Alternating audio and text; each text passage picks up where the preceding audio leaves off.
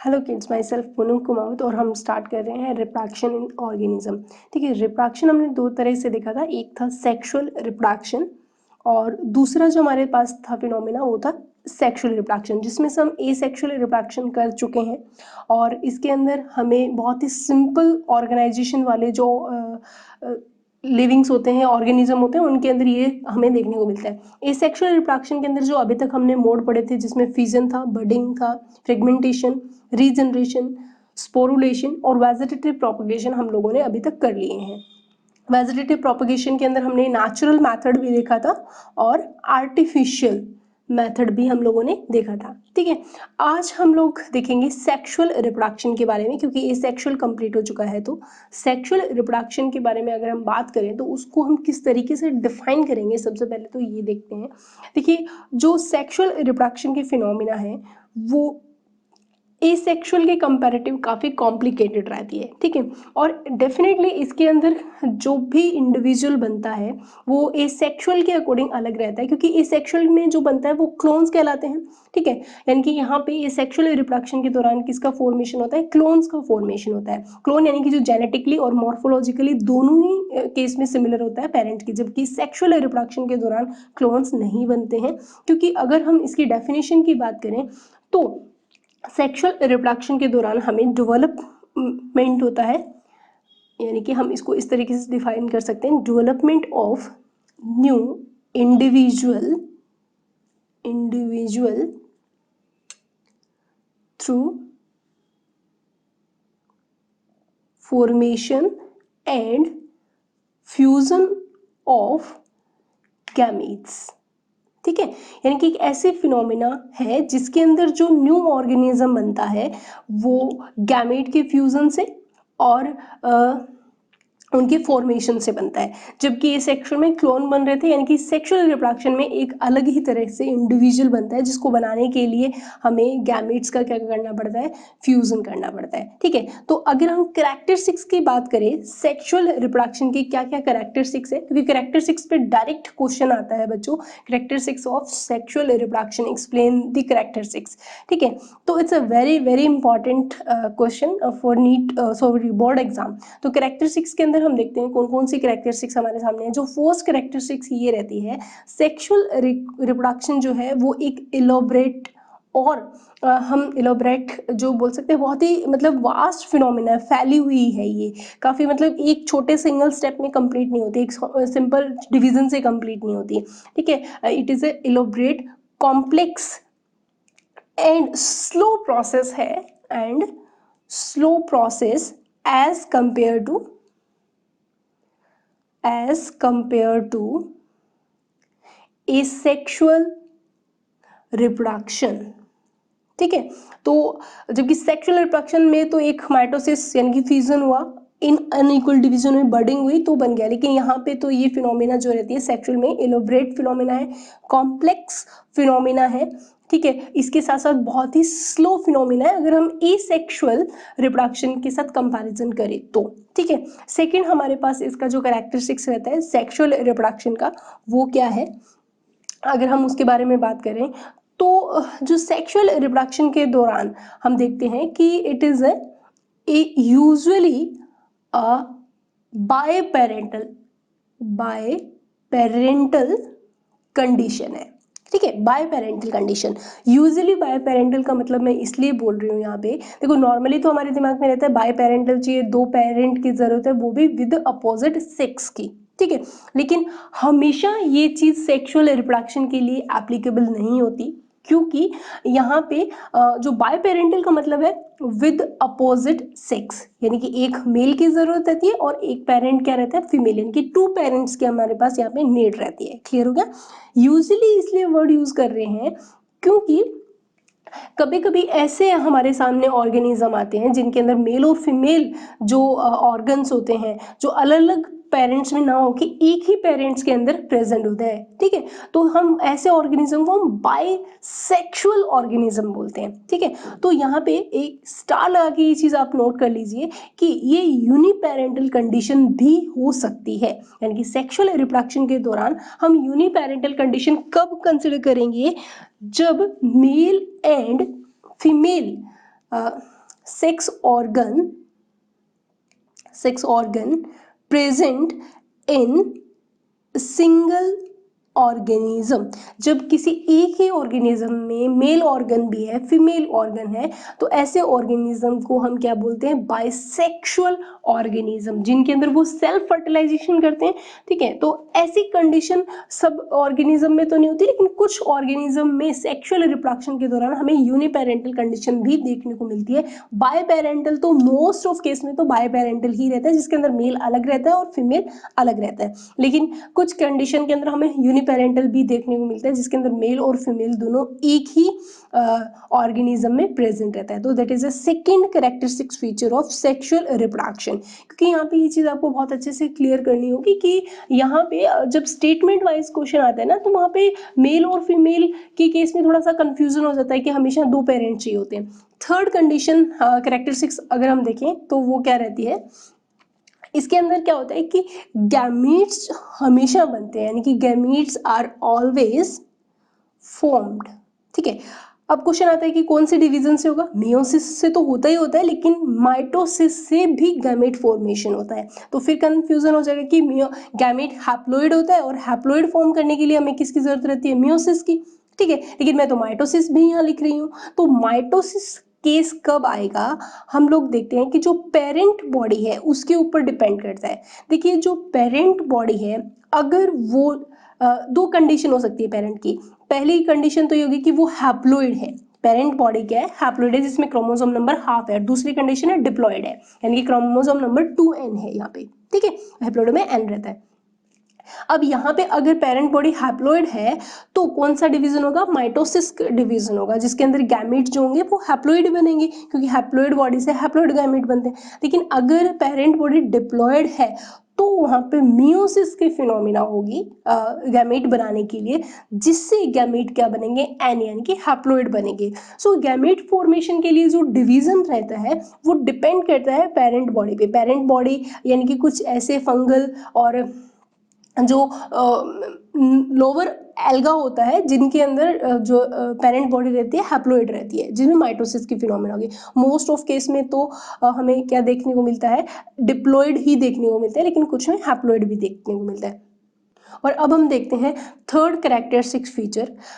Third characteristic feature क्या है? वो है कि जब गैमीट बन गए हैं तो गैमीट बनने के बाद में नेक्स्ट फिनोमेना होती है फर्टिलाइजेशन की। ठीक है, fertilisation takes place, that is a third fourth characteristic feature of sexual reproduction. यानी कि जब भी फर्टिलाइजेशन होगा तो उससे क्या बनता है? जाइगोट बनता है। ठीक है, यहाँ पे फर्टिलाइजेशन के लिए कभी कभी वर्ड सिनगेमी भी यूज की जाती है, वो भी सही है। यानी कि सिनगेमी का मतलब होता है कि गैमीट के फ्यूजन से क्या बन रहा है? जाइगोट बनता है। तो ऐसे फिनोमेना को हम क्या बोलते हैं? सिनगेमी। ठीक है, फर्टिलाइजेशन में डबल फर्टिलाइजेशन भी आता है, जो हम नेक्स्ट क्लास में पढ़ेंगे, सॉरी नेक्स्ट चैप्टर के अंदर हम पढ़ेंगे, जहाँ पे डबल फर्टिलाइजेशन आता है, ट्रिपल फ्यूजन होता है, फ्लावरिंग में होता है। लेकिन यहाँ पे सिनगेमी वर्ड स्पेशली यूज किया जाता है क्योंकि सिनगेमी में हमेशा जाइगोट बनता है, जबकि फर्टिलाइजेशन के अंदर एंडोस्पर्म भी बनता है जब डबल फर्टिलाइजेशन की कंडीशन रहती है उस ड्यूरेशन के अंदर। ठीक, तो जब गैमीट बन चुके हैं तो गैमीट बनने के बाद में फर्टिलाइजेशन होगा और जिससे क्या बनता है बच्चों? जाइगोट बनता है। तो सेक्सुअल रिप्रोडक्शन के दौरान जब जाइगोट बनता है, और जाइगोट हमारे लिए क्या है अगर इसके बारे में बात करें, यानी कि जाइगोट क्या है? तो जाइगोट जो है वो एक सिंगल सेल स्ट्रक्चर होती है।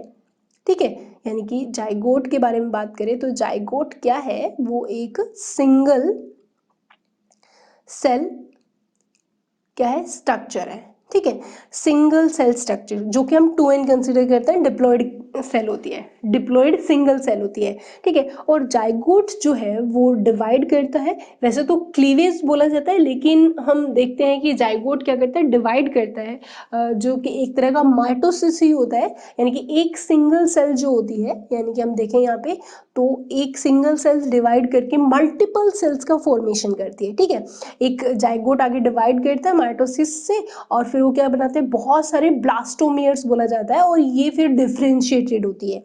ठीक है। और ये डिफरेंशिएटेड होने का मतलब हर एक सेल का अपना अलग काम डिस्ट्रीब्यूट हो जाता है, उसको हम बोलते हैं डिफरेंशिएटेड।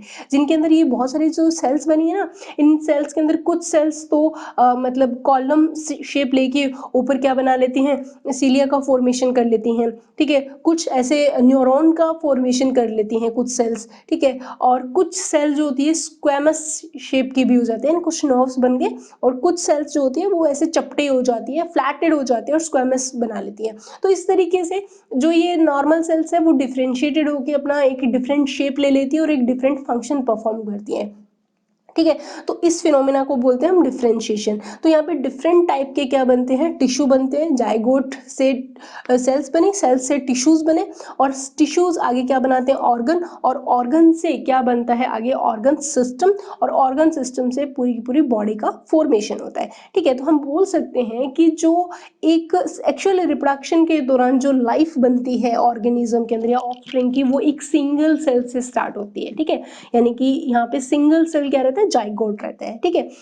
नेक्स्ट फीचर अगर हम देखें, फर्टिलाइजेशन के बाद में जाइगोट बना और जाइगोट से कंप्लीट हमारी पूरी पूरी बॉडी बन जाती है, ठीक है। तो यहाँ पे ऑफस्प्रिंग की बॉडी की बात चल रही है कि ऑफस्प्रिंग की जो बॉडी है वो एक सिंगल सेल से स्टार्ट होती है, ठीक है। उसके बाद अगर हम नेक्स्ट फीचर की बात करें सेक्सुअल रिप्रोडक्शन के दौरान, वो ये रहता है कि यहाँ पे जो ऑफस्प्रिंग बनता है वो क्लोन नहीं होता, मैंने पहले भी बताया था। यानी कि यहाँ पे जो ऑफस्प्रिंग बनेगा वो कुछ कैरेक्टरिस्टिक्स पेरेंट के और कुछ कैरेक्टरिस्टिक्स मदर के लिए होता है। तो जो यहाँ ऑफस्प्रिंग फॉर्म होता है वो ऑफस्प्रिंग अपने पेरेंट का एग्जैक्ट कॉपी नहीं होता, यानी कि offsprings are not identical, not identical to the parents. That's a very important line कि यहाँ पे अपने पेरेंट्स का आइडेंटिकल नहीं होता, जबकि एसेक्सुअल रिप्रोडक्शन में वो मॉर्फोलॉजिकल और जेनेटिकल दोनों केस में ही आइडेंटिकल था, ठीक है। और यहाँ पे जो देखेंगे और अपने एंड और अमंगस्ट देमसेल्फ, यानी कि अपने जो सिबलिंग्स होते हैं उनके भी आइडेंटिकल नहीं होता और पेरेंट्स के भी आइडेंटिकल नहीं होता। That is a important thing. तो ऑफस्प्रिंग जो है वो अलग ही एक वेराइटी बना के होता है, जिससे कि ऑफस्प्रिंग के अंदर ना तो वो मॉर्फोलॉजिकल सिमिलर होगा अपने पेरेंट्स के, और ना ही वो जेनेटिकल सिमिलर होगा, ना तो अपने सिबलिंग्स के साथ और ना ही अपने पेरेंट्स के साथ। तो यानी कि ऑफस्प्रिंग की एक अपनी अलग ही आइडेंटिटी रहती है, वो किसी के साथ मिक्सचर नहीं होता या मिक्सिंग शो नहीं करता। क्लियर हो गया। तो यहाँ पे ऑफस्प्रिंग जो रहता है बहुत ही यूनिक आइडेंटिटी होती है, जो एक नई वेरिएंट फॉर्म होती है, ठीक है। तो ऑफस्प्रिंग हमारे लिए क्या रहता है, यहाँ पे एक वेरिएंट फॉर्म है, ठीक है, जो कि सेक्सुअल रिप्रोडक्शन के दौरान बनता है। Variant always form by sexual reproduction, ठीक है।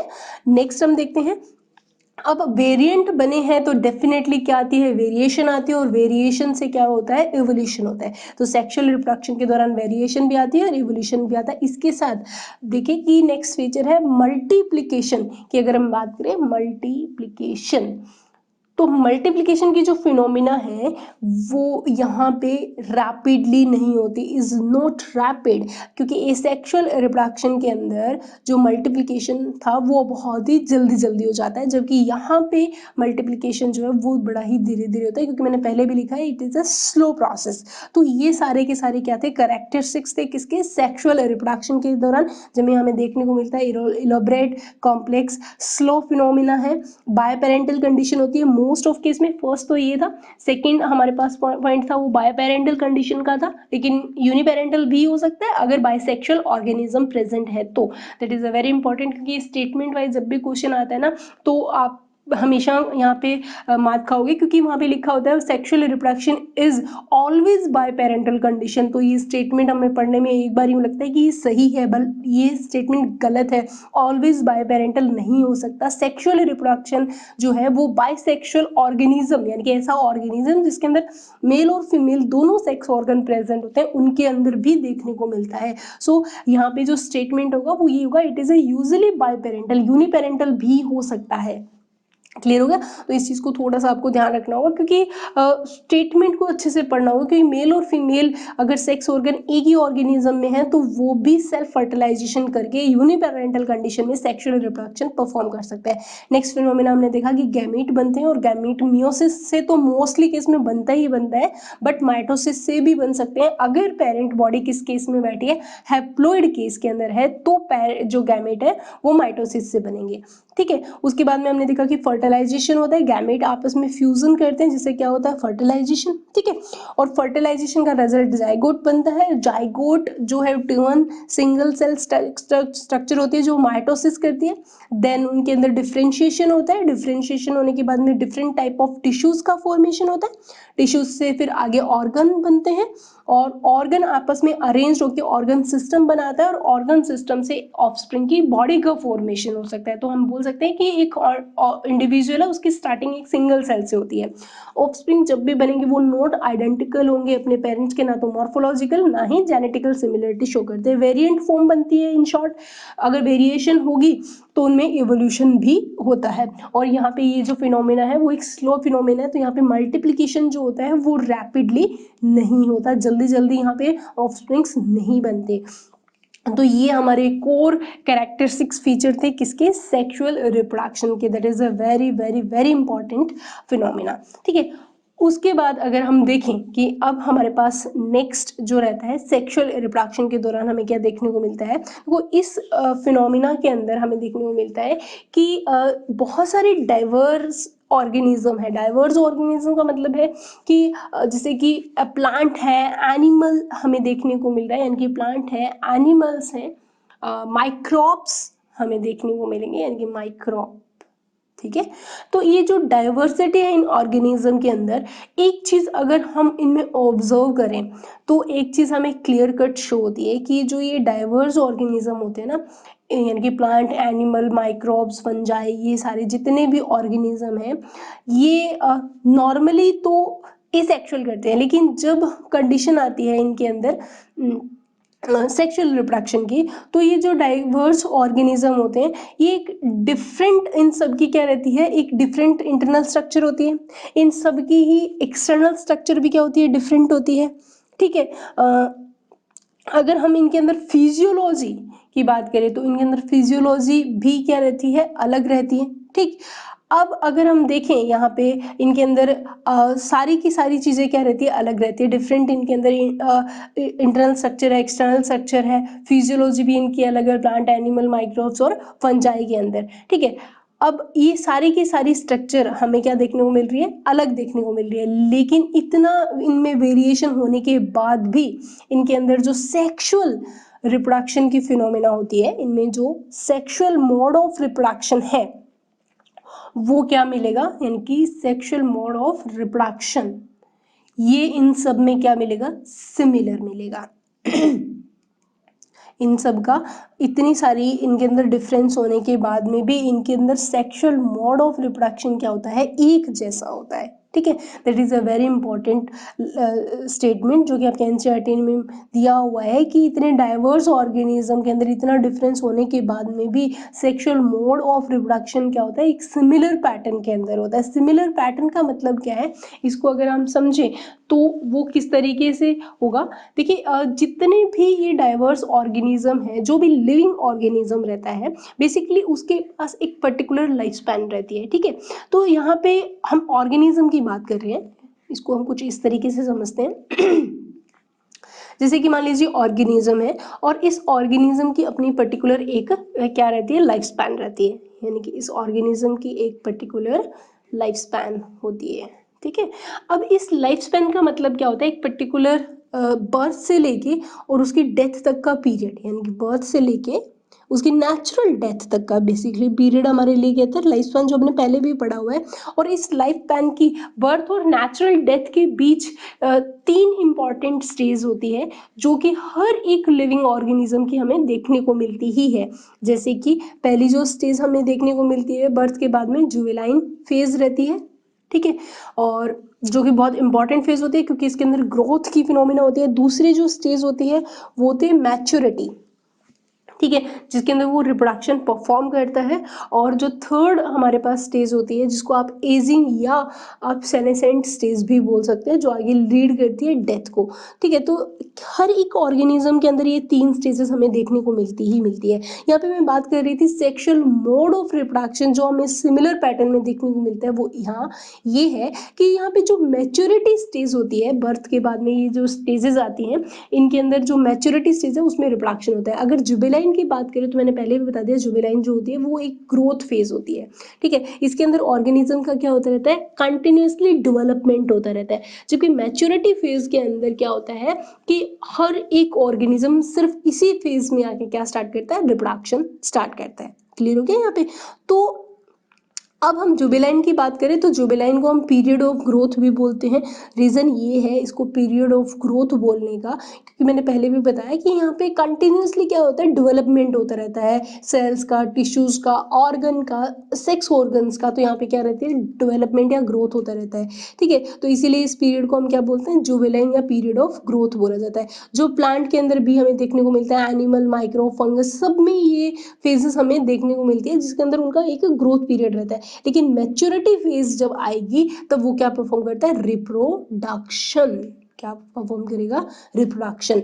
ठीक है, यानी कि सेक्सुअल रिप्रोडक्शन यहाँ पे वो शो करता है। ठीक है, जितने भी डाइवर्स ऑर्गेनिज्म है उनके अंदर ये रिप्रोडक्शन की जो फिनोमिना है वो मैच्योरिटी स्टेज में ही हमें देखने को मिलती है। जुवेनाइन में ग्रोथ होती है, मैच्योरिटी में रिप्रोडक्शन होता है, और एजिंग के अंदर मेटाबॉलिक रिएक्शंस कम होती जाती हैं और धीरे धीरे एजिंग होती रहती है और वो आगे डेथ को लीड करता है। That is a important thing कि हर एक वेराइटी ऑफ लिविंग के अंदर ये चीज़ हमें देखने को मिलती ही मिलती है। क्लियर? तो ये सारे के सारे यहाँ पे जो सेक्सुअल मोड ऑफ रिप्रोडक्शन है वो हमें कहाँ देखने को मिलता है, मैच्योरिटी के अंदर।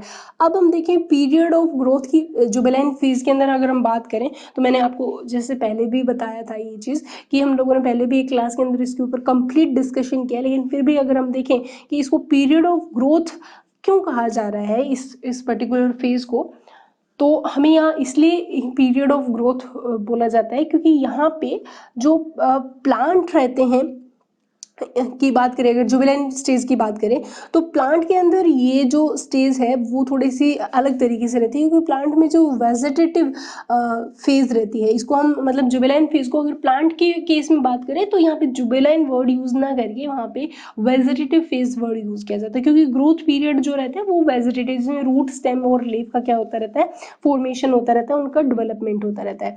ठीक है, और जुवेनाइन जो फेज है अगर इसकी एक और हम बात करें कि प्लांट के अंदर इसको वेजिटेटिव फेज बोला जाता है। दूसरा ये एक वेरिएबल ड्यूरेशन में होती है हर एक ऑर्गेनिज्म में, यानी कि जुवेनाइन फेज जो है एक कंप्लीट पीरियड नहीं है, यानी कि variable duration in different organism. Different organism के अंदर जुवेनाइन फेज जो रहती है वो अलग अलग रहती है, कभी भी ये सेम नहीं होती। क्लियर होगी इस चीज़ को? तो जुवेनाइन जो फेज है उसके ऊपर 2 क्वेश्चन आ गए कि ये वेरिएबल होती है किसी, वैसे तो ये मैच्योरिटी, एजिंग और जुवेनाइन फेज तीनों की तीनों फेजेस जो होती हैं वो वेरिएबल होती है, और प्लांट में इसको किस नाम से जानते हैं, वेजिटेटिव फेज के नाम से जाना जाता है, इसको पीरियड ऑफ ग्रोथ भी बोलते हैं। ठीक है, सेकेंड फेज की बात करते हैं और वो हमारे पास फेज रहती है मैच्योरिटी।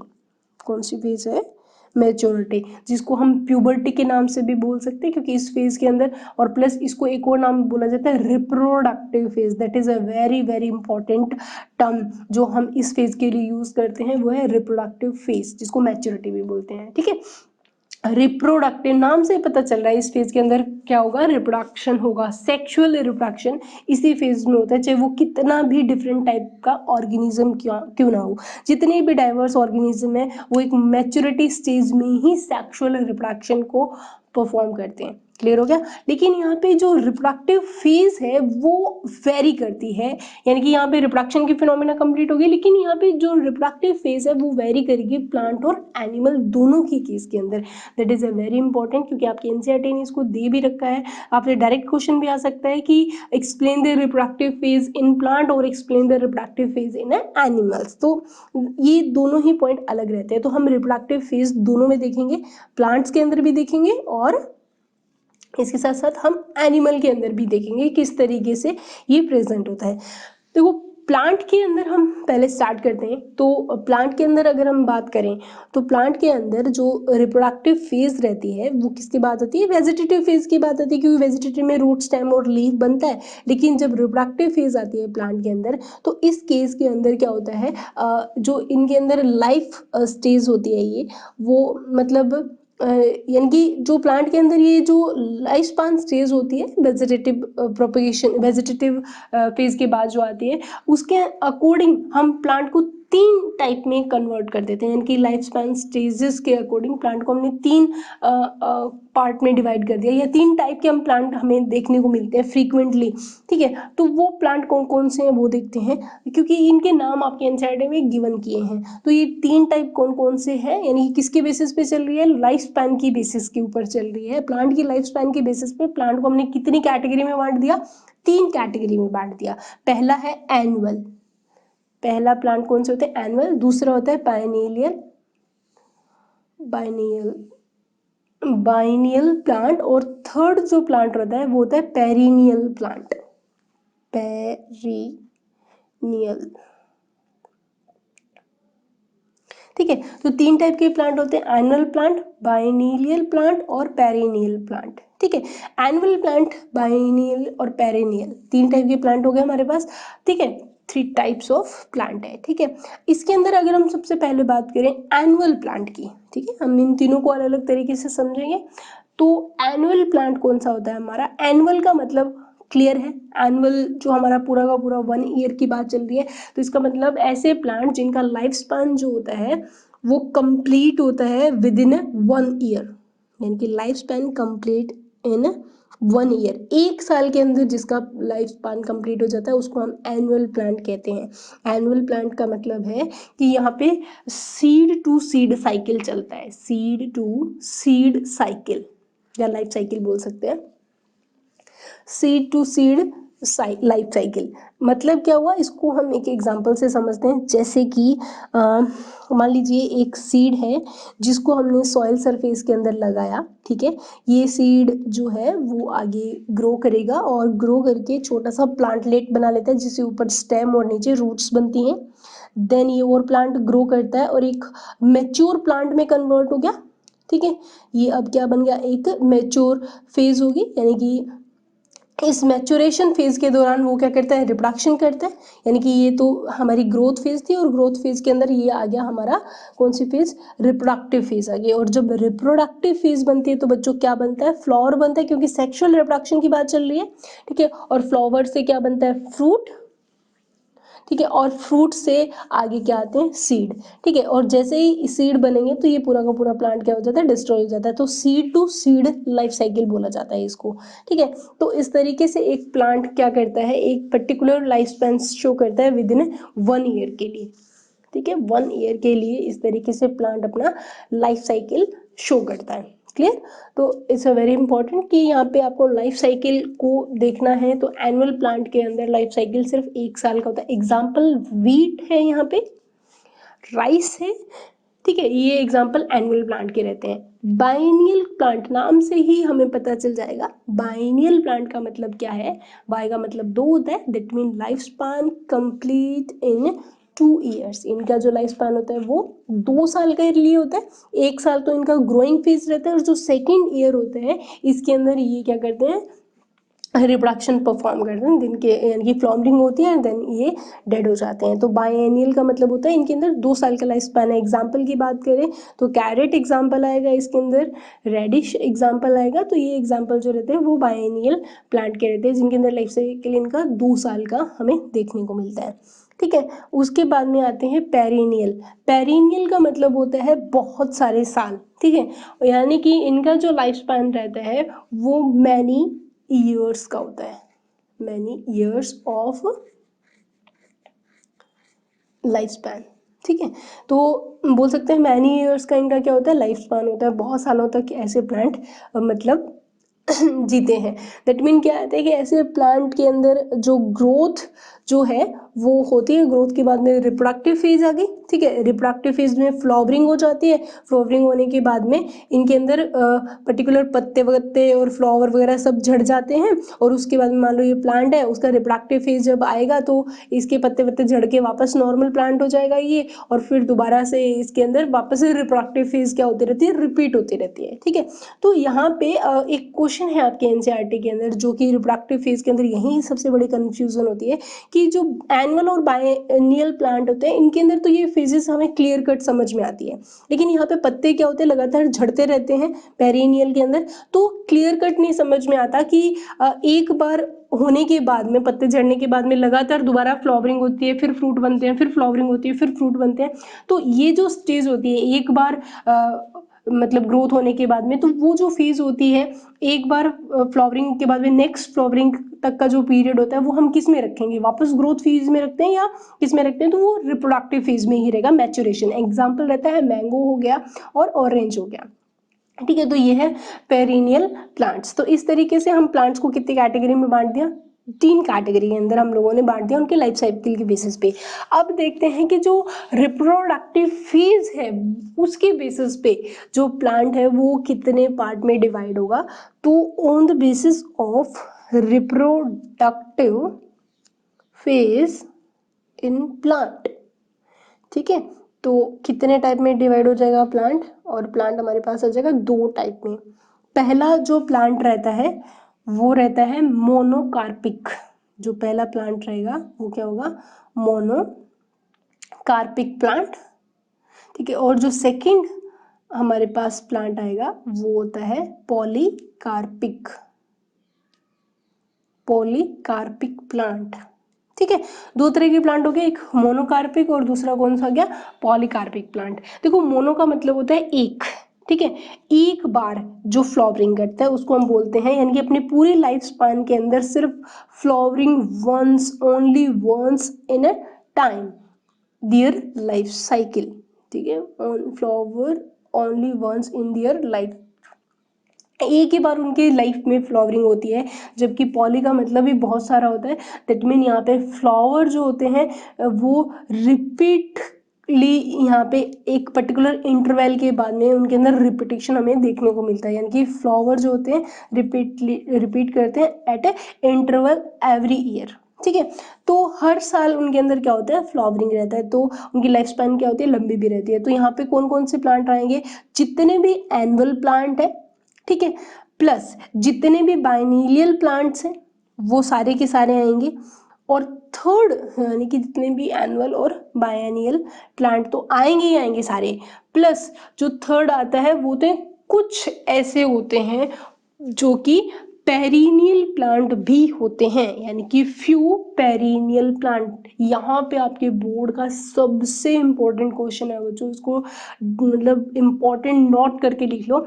यहाँ पे 2 पेरिनियल प्लांट मैं बताऊंगी आपको जो आपके एनसीईआरटी में गिवन है, लेकिन वो मोनोकार्पिक होते हैं, उनके अंदर रिप्रोडक्टिव फेज सिर्फ एक ही बार आती है, ठीक है।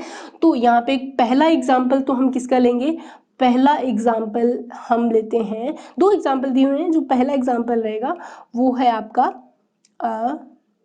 जो फर्स्ट एग्जाम्पल हम देखेंगे वो है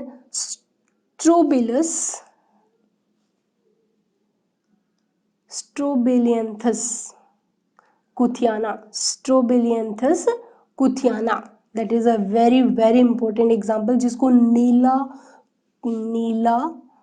कुरेंजी भी बोला जाता है, that is a common name Neela Kurinji, scientific name Strobilanthes kunthiana, that is a very very important example. नाम से पता चल गया होगा कि एक ऐसा प्लांट जिसमें नीले रंग के, नीला कुरेंजी मतलब नीले रंग के इसके अंदर फ्लावर बनते हैं, बहुत ही सुंदर फ्लावर बनते हैं ये, ठीक है। यानी कि इनको हम मोनोकार्पिक में रखते हैं, लेकिन ये पेरिनियल प्लांट है, यानी कि इसका लाइफ स्पैन बहुत बड़ा होता है, लेकिन फ्लावरिंग ये पूरे लाइफ स्पैन में सिर्फ एक बार ही करते हैं, क्योंकि मोनोकार्पिक प्लांट के अंदर इसके अंदर हम पुट करते हैं।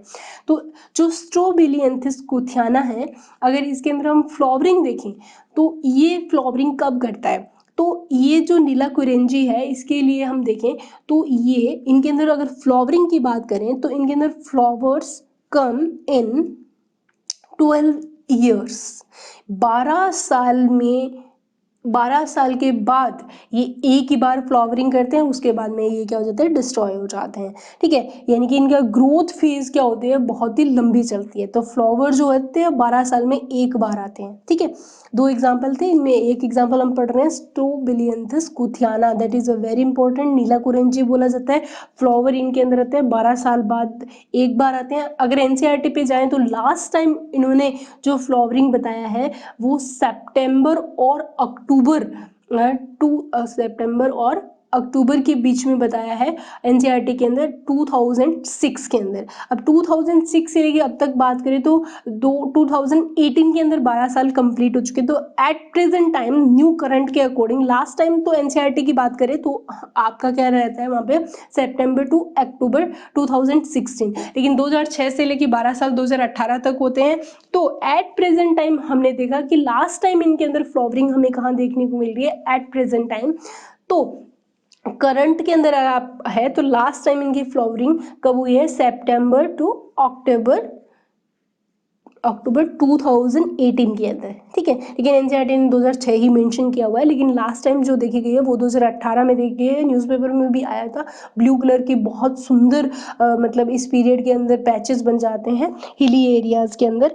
तो that is a very beautiful scene जो वहाँ पे देखने को मिलता है स्ट्रोबिलियंथस कुथियाना का। ठीक है, तो अगर हम बात करें ये फ्लावर होता कहाँ है, तो ये हिली एरिया के अंदर हमें देखने को मिलता है, hilly area in Kerala, Karnataka, Kerala, Karnataka and Tamil Nadu.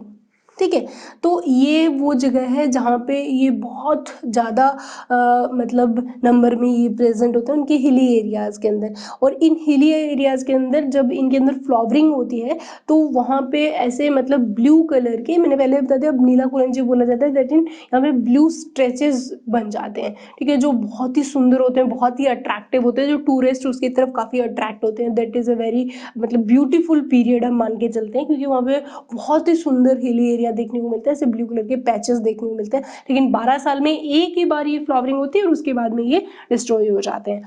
ठीक है, उसके बाद में सेकेंड एग्जाम्पल रहता है वो है बैम्बू। ठीक है, ये भी आपके एनसीईआरटी ने मेंशन किया हुआ है, तो ये एग्जाम्पल बहुत इंपॉर्टेंट है। बैम्बू की वैसे तो अलग अलग स्पीसीज होती है, लेकिन मैं जिस बैम्बू की बात कर रही हूँ वो है यहाँ पे, वो कौन सी स्पीसीज है, वो स्पीसीज है बैम्बू टूल्डा। बैम्बू टूल्डा, जो टूल्डो जो एग्जाम इम्पॉर्टेंट स्पीसीज है बैम्बू की, जहाँ पे अगर यहाँ पे अगर इसमें देखेंगे तो इसमें जो फ्लावरिंग होती है वो कब होती है, तो फ्लावरिंग एक ही बार होती है पूरी लाइफ में, once in 15 to 100 years. That is a very important, 50 से 100 साल के बाद एक ही बार इसके अंदर फ्लावरिंग होती है बैम्बू टूल्डो के अंदर। That is a very important, एक ही बार इसके फ्लावरिंग होंगे और उसके बाद में ये डिस्ट्रॉय हो जाता है। तो ये भी हमारा क्या रहता है, मोनोकार्पिक रहता है। तो ये आपका नीट का क्वेश्चन भी आया हुआ है कि फ्लावरिंग जो बैम्बू स्पीसीज में कब से होती है, 15 to 100 ईयर। ठीक है, और यहाँ पे जो ये है बहुत ही प्रोड्यूस करते हैं लार्ज नंबर ऑफ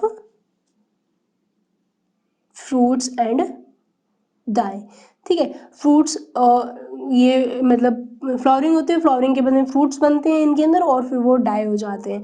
ठीक है, that is a very very important phenomena जिसके अंदर ये हमें देखने को मिलता है। ठीक है, तो यहाँ पे ये कुछ ऐसे पेरिनियल प्लांट होते हैं जिनके अंदर ये चीज़ हमें देखने को मिलती है। कुथियाना के अंदर ब्लू कलर के आते हैं और बैम्बू के अंदर 50 से 100 साल के अंदर देखने को मिलते हैं। तो ये जो प्लांट है वो किसके अंदर रहते हैं, मोनोकार्पिक। ठीक है, मोनोकार्पिक के अंदर ये दोनों एग्जाम्पल बहुत इंपॉर्टेंट है। आपके एनसीईआरटी ने मेंशन किया है, बोर्ड की फेवरेट क्वेश्चन है। पॉलीकार्पिक की बात करें तो पॉलीकार्पिक के अंदर यहाँ पे फ्लावरिंग रिपीटेडली होती रहती है हर एक इंटरवल ईयर के अंदर, और इसके एग्जाम्पल में हम रखेंगे पेरिनियल प्लांट्स को।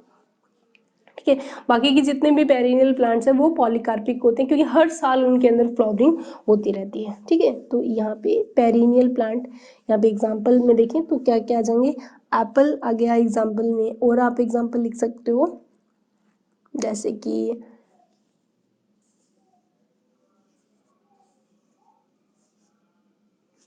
मैंगो, ठीक है, ऑरेंज, ये सारे के सारे एग्जाम्पल पेरिनियल के रहते हैं, ठीक है। तो इनके अंदर क्या होता है कि लगातार थ्रू आउट इनके अंदर देखेंगे तो ईयर के अंदर इनके अंदर फ्लावरिंग होती रहती है, ठीक है। वैसे तो इनके अंदर पेरिनियल प्लांट के अंदर भी अलग रहते हैं, जो एक साल में एक ही बार करते हैं वो तो एप्पल, मैंगो और ऑरेंज होते हैं, लेकिन साल भर करता रहता है वो होता है चाइना रोज, ठीक है। एक साल में एक बार भी हो सकता है और एक साल में कई बार फ्लावरिंग भी हो सकती है। तो पॉलीकार्पिक का मतलब ये है बहुत सारे, ठीक है। तो ये चीज़ होगी। अब यहाँ पे एक नोट डाल के आपको चीज़ मेंशन करनी होगी, वो ये जो आपके एनसीईआरटी के अंदर एक क्वेश्चन भी है, जो क्वेश्चन देखिए पूछा भी गया है वहाँ पे।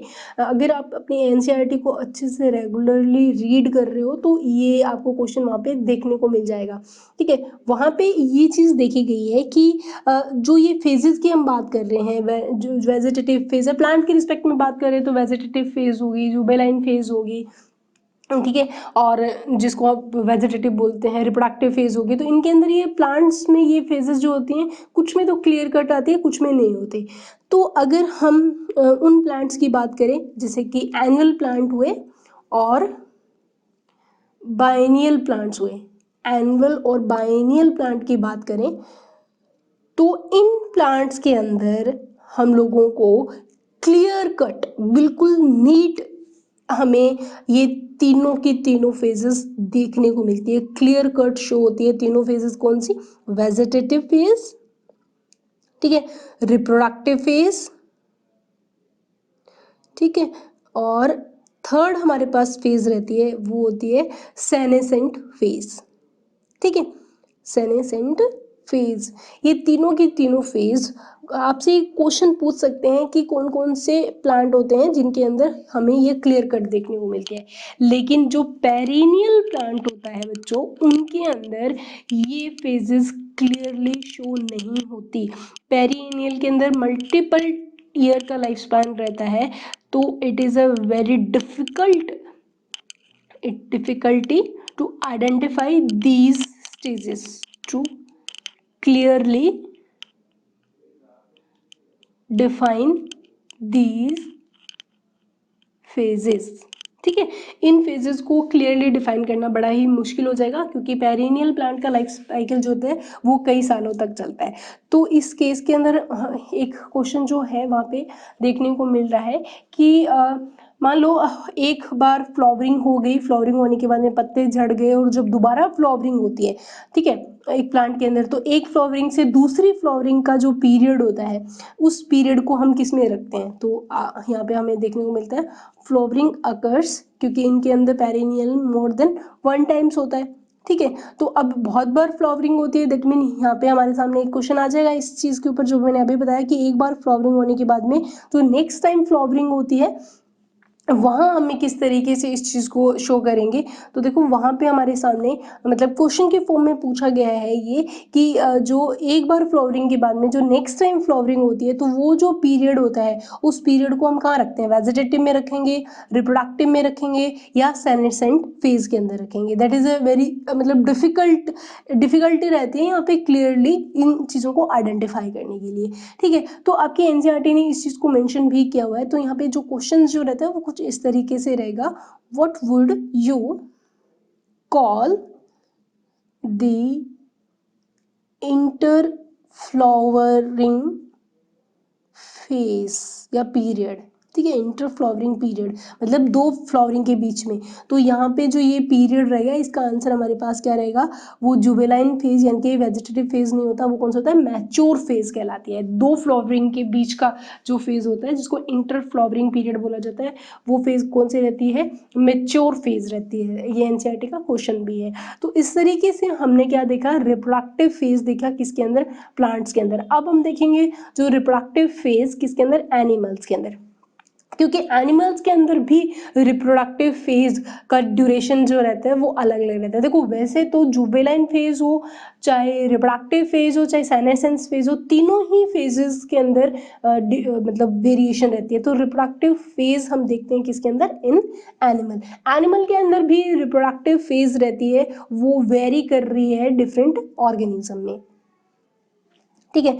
तो यहाँ हम देखते हैं एनिमल के अंदर किस तरीके से हमें देखने को मिलता है वेरिएशन इन रिप्रोडक्टिव फेज के अंदर। तो आप देखोगे यहाँ पे कि कोई भी ऑर्गेनिज्म, चाहे कितने भी एनिमल्स हो, उन सब की एक पर्टिकुलर लाइफ स्पैन तो होती नहीं है, और ना ही उनके अंदर एक जैसा मतलब रिप्रोडक्शन साइकिल भी प्रेजेंट होता है, ठीक है। तो सब में जब इतनी वेरिएशन आ रही है, तो इन फेजेस के अंदर भी डिफरेंट ऑर्गेनिज्म के अंदर हमें डिफरेंट एनिमल्स के अंदर यहाँ पे वेरिएशंस देखने को मिलेगी, ठीक है। तो वो हमारे पास कौन कौन सी वेरिएशंस हैं वो देखते हैं। तो हम लिखेंगे यहाँ पे it is also variable duration in different organisms, ठीक है। यहाँ पे भी वेरिएबल ड्यूरेशन देखने को मिली है, क्योंकि सबका लाइफ साइकिल, सबकी स्ट्रक्चर सब अलग है, लेकिन रिप्रोडक्टिव फेज में रिप्रोडक्शन सब में सेम होते हैं, लेकिन कैसे कैसे होते हैं वो देखते हैं। तो अगर हम एनिमल्स की बात करें यहाँ पे, तो एनिमल्स जो है वो हमें किस तरीके से रिप्रोडक्टिव फेज शो करवाते हैं, तो वो हमें देखने को मिलेंगे इस तरीके से कि जैसे कि हम बात करें, इन most of animals do not breed throughout of the year, ठीक है। मतलब मोस्ट ऑफ एनिमल्स होते हैं वो पूरे साल या सारी जिंदगी रिप्रोडक्शन नहीं करते, do not breed through out the year, ठीक है। ऐसे एनिमल जो पूरे साल ब्रीड नहीं करते, उनको हम सीजनल ब्रीडर्स बोला जाता है। That is a very important term, seasonal breeders. Seasonal breeder वो होते हैं ऐसे एनिमल जो एक पर्टिकुलर ड्यूरेशन के अंदर, एक पर्टिकुलर पीरियड में, एक पर्टिकुलर टाइम पे ही क्या करते हैं, ब्रीडिंग करते हैं, ठीक है। ऐसे को हम क्या बोलते हैं, सीजनल ब्रीडर्स बोला जाता है। क्लियर, इनको हम क्या बोलते हैं, सीजनल ब्रीडर्स, ठीक। अब हम इन सीजनल ब्रीडर्स की बात करें, तो ऐसा वो पीरियड जहाँ पे ये ब्रीडिंग करते हैं, तो वो पीरियड सबका क्या रहता है, अलग अलग रहता है। किसी भी सारे एनिमल, सारे सीजनल ब्रीडर का एक ही पीरियड नहीं होता रिप्रोडक्टिव फेज। किसी का मतलब टेम्परेचर कम होने पे, किसी का ज़्यादा होने पे अलग अलग टाइम पे होता है, ठीक है। तो अगर हम पहले बर्ड्स की बात करें, तो बर्ड्स जो है वो सीजनल ब्रीडर्स होते हैं। सीजनल ब्रीडर का मतलब ये रोज के रोज अंडे नहीं देते, ठीक है। अब आपके दिमाग में आएगा कि ऐसा थोड़ा ना होता है। अगर हम हैन की बात करें, ठीक है, वहाँ पे तो हम हैन जो होती है वो रेगुलर अंडे देती है, रोज अंडे देती है, रोज अंडे खाने को मिलते हैं वहाँ पे। तो बर्ड्स के अंदर वो एक सीजनल नेचुरल फिनोमिना के अंदर बात करें, तो वो एक पर्टिकुलर टाइम पे, एक पर्टिकुलर सीजन में ही क्या करता है, ब्रीडिंग करता है, ठीक है। नेचुरल, तो अगर ये एक नेचुरल ले जो होते हैं एग का, वो एक पर्टिकुलर पीरियड के अंदर ही होता है, ठीक है, ठीक है। लेकिन एक सीजन के अंदर ही हमें सीजनली ही देखने को मिलता है। लेकिन अगर हम बात कर रहे हैं पोल्ट्री फॉर्म की, ठीक है, that is a very important चीज़। देखो, अगर नॉर्मली तो एग लेइंग फिनोमिना है वो एक सीजनल फिनोमिना है, लेकिन पोल्ट्री फॉर्म के रिस्पेक्ट में अगर हम बात करेंगे, पोल्ट्री फॉर्म्स जहाँ पे बहुत सारी हेंस को रखा जाता है, वहाँ पे वो जो रेगुलर एग देती है वो उनका एक नेचुरल फिनोमिना नहीं है बच्चों, that is a very important.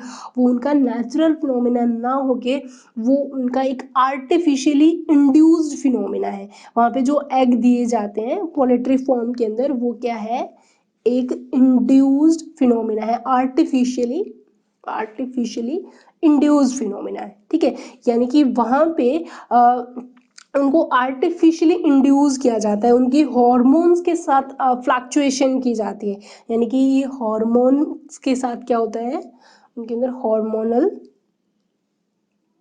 Treatment उनको दिया जाता है, हार्मोनल ट्रीटमेंट, यानी कि उनके हार्मोन्स को फ्लक्चुएट किया जाता है, जिससे वो क्या कर सकते हैं, डेली एग लेइंग करती है, ठीक है। तो ऐसा क्यों किया जा रहा है, तो ये आपको एक आपका आगे 12th में चैप्टर भी आएगा, human health and disease unit के अंदर स्ट्रेटजी ऑफ फूड इन्हांसमेंट, वहाँ पे भी दिखाया गया है। तो इस तरीके से जो एग आते हैं वो इस केस में, इन दिस केस, और ऐसे केस को हम क्या किस में कंसिडर करते हैं, in this case egg laying is not a natural phenomena, not a related to reproduction. That is a very very important line. In this case, egg laying is not related to reproduction, but it is a commercially, यानी commercial exploitation हम बोलते हैं यहाँ पे exploitation, ठीक है। Exploitation phenomena है for human welfare के लिए,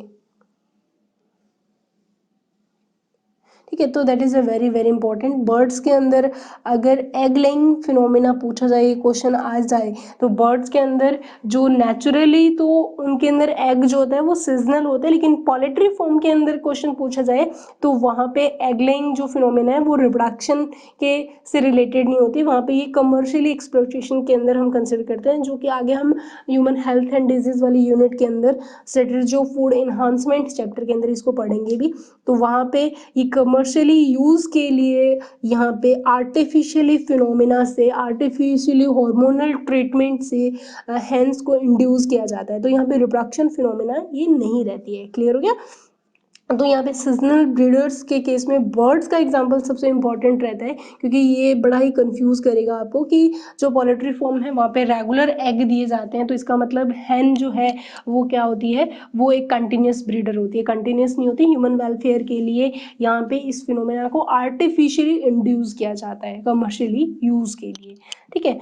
तो अब हम सीजनल ब्रीडर के अंदर दूसरा एग्जांपल देखते हैं बर्ड्स के बाद में, वो हम देखते हैं सेकंड फिनोमेना की बात करें तो कुछ ऐसे एनिमल्स, या फिर हम बोल सकते हैं एनिमल्स की बात करें तो यहाँ पे प्लेसेंटल मैमल्स का एग्जांपल लेते हैं। प्लेसेंटल मैमल्स, ठीक है। प्लेसेंटल मैमल्स का मतलब है कि ऐसे मैमल्स जिनके पास क्या प्रेजेंट होती है, प्लेसेंटा प्रेजेंट होती है। क्या प्रेजेंट होती है बच्चों? यहाँ पे प्लेसेंटल मैमल का मतलब होता है यहाँ पे प्लेसेंटा का फॉर्मेशन होता है। प्लेसेंटल फीमेल की बात कर रहे हैं स्पेसिफिक यहाँ पे, यानी कि जो प्लेसेंटल फीमेल होती है उनके पास प्रेजेंस होती है प्लेसेंटा, और प्लेसेंटा जो है बहुत ही इम्पॉर्टेंट ऐसा कनेक्टेड टिश्यू है जो कि मदर और फीटस के बीच में प्रेजेंट होता है। थर्ड चैप्टर जो है रिप्रोडक्शन इन ह्यूमन, इसके अंदर हम पढ़ेंगे। तो ये एक बहुत इंपॉर्टेंट कनेक्टिव टिश्यू है। हम इसको क्या बोलते हैं? It's a connective tissue between the foetus and mother, क्योंकि इसका आधा पोर्शन जो मदर बनाती है, आधा पोर्शन फीटस बनाता है। हमारी बॉडी का मतलब फीमेल की बॉडी का ये एकमात्र ऐसा टिश्यू है जिसको दो अलग अलग ऑर्गेनिज्म इस टिश्यू को फॉर्म कर दे, जिसका आधा हिस्सा मदर ने और आधा हिस्सा किसने बनाया? फीटस ने बनाया है। और ये कनेक्टिव लिंक है दोनों के बीच में, क्योंकि मदर प्लेसेंटा के थ्रू क्या करती है? बच्चे को food, oxygen, nutrition, water, hormones, immunity provide करती है। तो इसलिए हम इसको क्या मानते हैं? कनेक्टिव टिश्यू बोलते हैं, कनेक्टिव टिश्यू, ठीक है। कनेक्टिव लिंक भी बोल सकते हो। जबकि फीटस मदर को इसके बदले में क्या देता है? एक्सक्रीटरी प्रोडक्ट्स, नाइट्रोजन वेस्ट और जो भी एक्सक्रीटरी जो सब्सटेंसेस है वो इस प्लेसेंटा के थ्रू मदर की बॉडी में भेजा जाता है। तो इन दोनों मदर और फीटस के बीच में जो ये कनेक्शन है वो किसके थ्रू बना रहता है? प्लेसेंटा के थ्रू बना रहता है। क्लियर होगी? तो यहाँ पे प्लेसेंटल मैमल जो है वो बहुत ही इम्पॉर्टेंट एग्जाम्पल रहता है जो कि सीजनल ब्रीडर के अंदर आता है, क्योंकि यहाँ पे जो प्लेसेंटल फीमेल होती है उनके अंदर क्या होता है बच्चों? रिप्रोडक्टिव फेज के दौरान, हम रिप्रोडक्टिव फेज ही तो देख रहे हैं एनिमल्स के अंदर, तो जब प्लेसेंटल मैमल की फीमेल की बात करेंगे तो वहाँ पे रिप्रोडक्टिव फेज जो रहता है वो एक पर्टिकुलर साइकिल के अंदर कंप्लीट होता है, ठीक है। किसी में कंप्लीट होता है, यानी कि इट इज ए साइक्लिक, बोल सकते हैं साइक्लिक चेंजेस होते हैं रिप्रोडक्टिव फेज के अंदर। That is a very very important thing कि रिप्रोडक्टिव फेज के अंदर क्या देखने को मिलते हैं प्लेसेंटल फीमेल के अंदर, फीमेल मैमल के अंदर, यानी कि ड्यूरिंग रिप्रोडक्टिव फेज, ठीक है। रिप्रोडक्टिव फेज के दौरान साइक्लिक चेंजेस देखने को मिलते हैं, ठीक है। अब ये जो साइक्लिक चेंजेस हैं वो कौन कौन से हमें देखने को मिलते हैं? देखो जब साइक्लिक चेंजेस आते हैं ना तो वो साइक्लिक चेंजेस अलग अलग पार्ट में रहते हैं उस फीमेल की बॉडी के अंदर, जैसे कि उनके सेक्स ऑर्गन के अंदर हमें चेंजेस देखने को मिलते हैं। सेक्स ऑर्गन का मतलब है कि वो उसके अंदर ओवरी के अंदर हमें देखने को मिलेंगे कुछ चेंजेस, यूट्रस में देखने को मिलेंगे। जो ओविडक्ट होती हैं, डक्ट्स जितनी हैं उनके अंदर ये चेंजेस हमें देखने को मिलते हैं, ठीक है। तो ये जो साइक्लिक चेंजेस आते हैं इन प्लेसेंटल फीमेल के अंदर, ये हॉर्मोन्स लेवल पे भी हमें देखने को मिलते हैं, ठीक है। तो इन सब में जो चेंजेस आते हैं जिससे ही उनके अंदर रिप्रोडक्टिव फेज का क्या होता है, फॉर्मेशन होता है।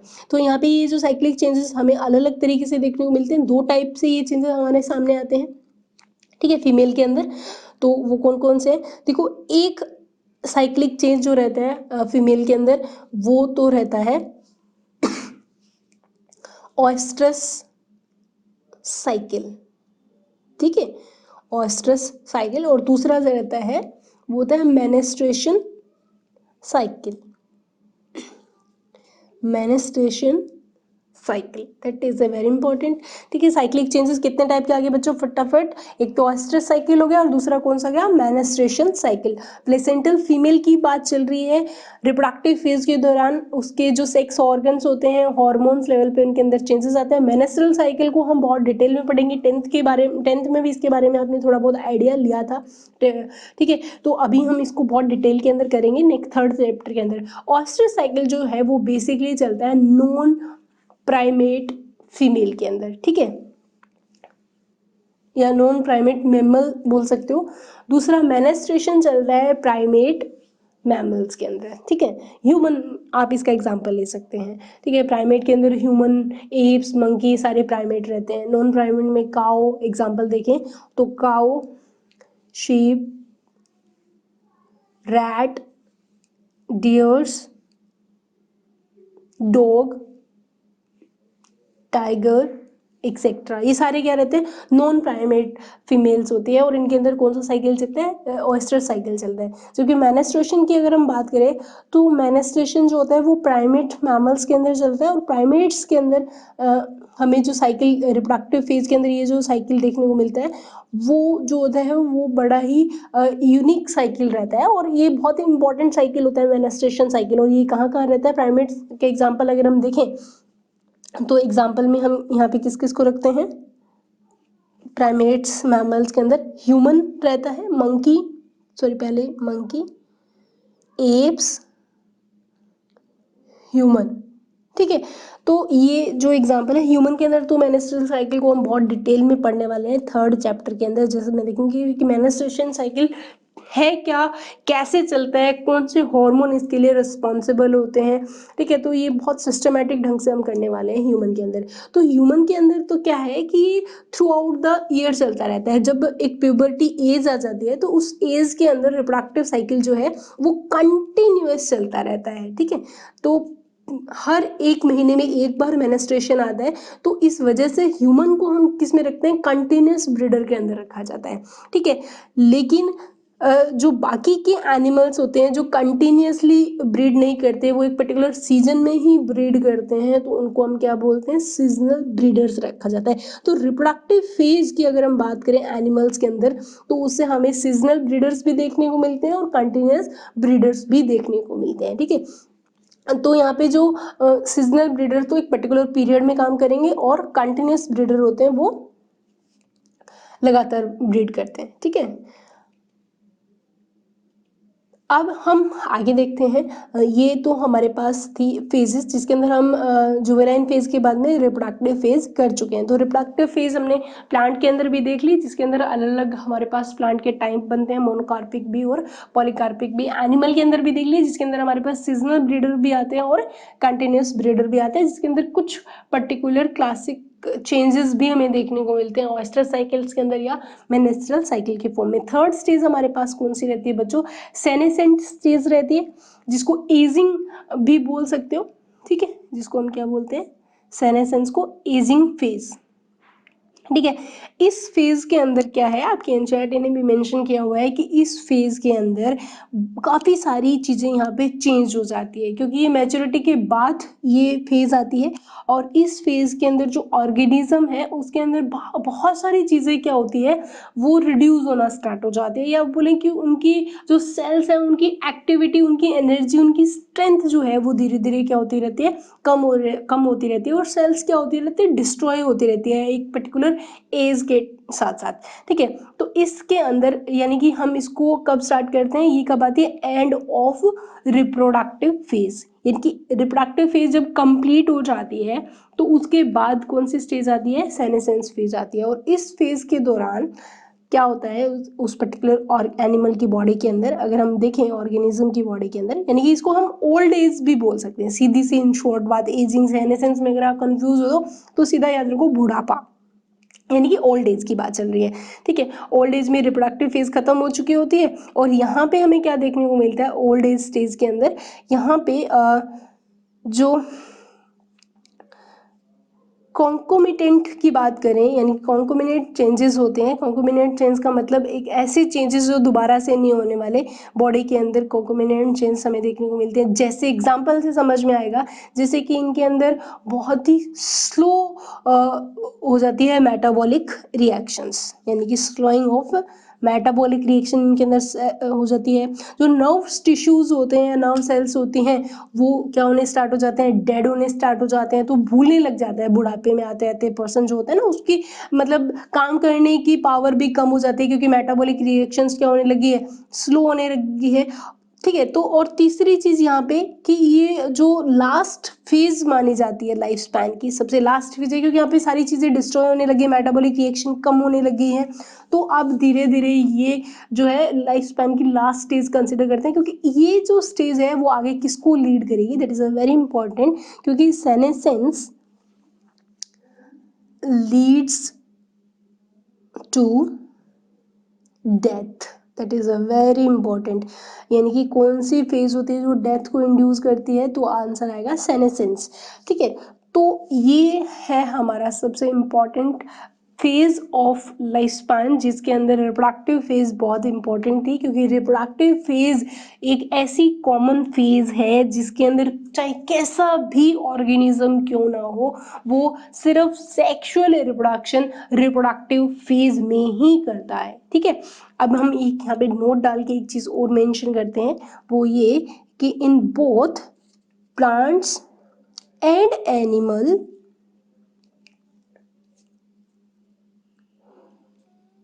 hormones are responsible for the transition between these phases, that is a very important line, NCERT की लाइन है जिसके अंदर आपको बहुत अच्छे से मेंशन करना होगा कि चाहे प्लांट हो चाहे एनिमल हो, उसके अंदर जुवेनाइल, वेजिटेटिव या रिप्रोडक्टिव और सेनेसेंस फेज है, उनको मतलब कंट्रोल करने के लिए, उनके बीच में ट्रांजिशन करने के लिए कौन रिस्पॉन्सिबल होते हैं, हॉर्मोन्स रिस्पॉन्सिबल होते हैं। बहुत ही शानदार क्वेश्चन बनता है नीट का ये। और दूसरा पॉइंट ये कि कुछ ऐसे यानी कि जो सर्टेन इन्वायरमेंटल फैक्टर्स भी रिस्पॉन्सिबल होते हैं इन फेजेस को रेगुलेट करने के लिए, सर्टेन एनवायरमेंटल फैक्टर्स रेगुलेट दी रिप्रोडक्टिव प्रोसेस, ठीक है।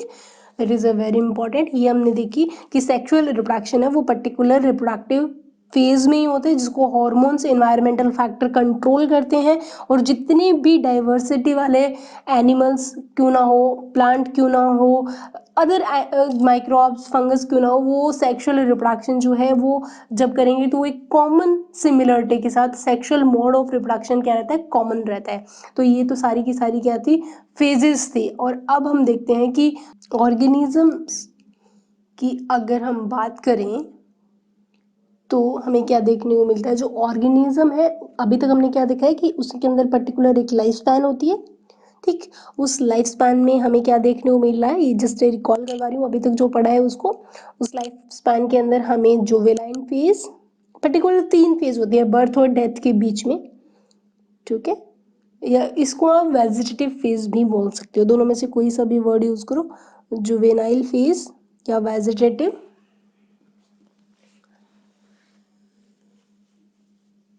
रिप्रोडक्टिव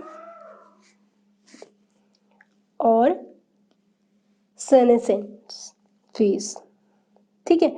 और इनके अंदर जो रिप्रोडक्टिव फेज होती है, यानी कि इन तीनों फेज में जो रिप्रोडक्टिव फेज है, इन तीनों में से अगर उसकी बात करें तो वो हर एक लिविंग ऑर्गेनिज्म के अंदर अलग अलग ड्यूरेशन की होती है, लेकिन मोड ऑफ सेक्सुअल रिप्रोडक्शन एक जैसा ही शो करती है। ठीक है, तो जो ये जो फेजेस होते हैं वो हमें क्लियर कट शो होती है एनुअल और बायएनुअल प्लांट्स के अंदर। ठीक है, क्लियर कट शो होगी, लेकिन पेरिनियल के अंदर ये हमें शो नहीं होती। ठीक है, अगर हम प्लांट के रिस्पेक्ट में बात करें, और ये डिफिकल्ट होती है किसके अंदर, तीनों की तीनों फेजेस आइडेंटिफाई करने के लिए पेरिनियल प्लांट के अंदर। क्लियर हो गया, that is a very important. लेकिन रिप्रोडक्टिव फेज अगर हम देखें एनिमल के अंदर, तो एनिमल के अंदर हमें क्या देखने को मिलता है, इन रिप्रोडक्टिव फेजेस के बेसिस पे दो तरह के एनिमल्स हमारे सामने आते हैं। एक तो कौन से होते हैं, सीजनल ब्रीडर होते हैं, और एक कौन सा है, कंटिन्यूअस ब्रीडर।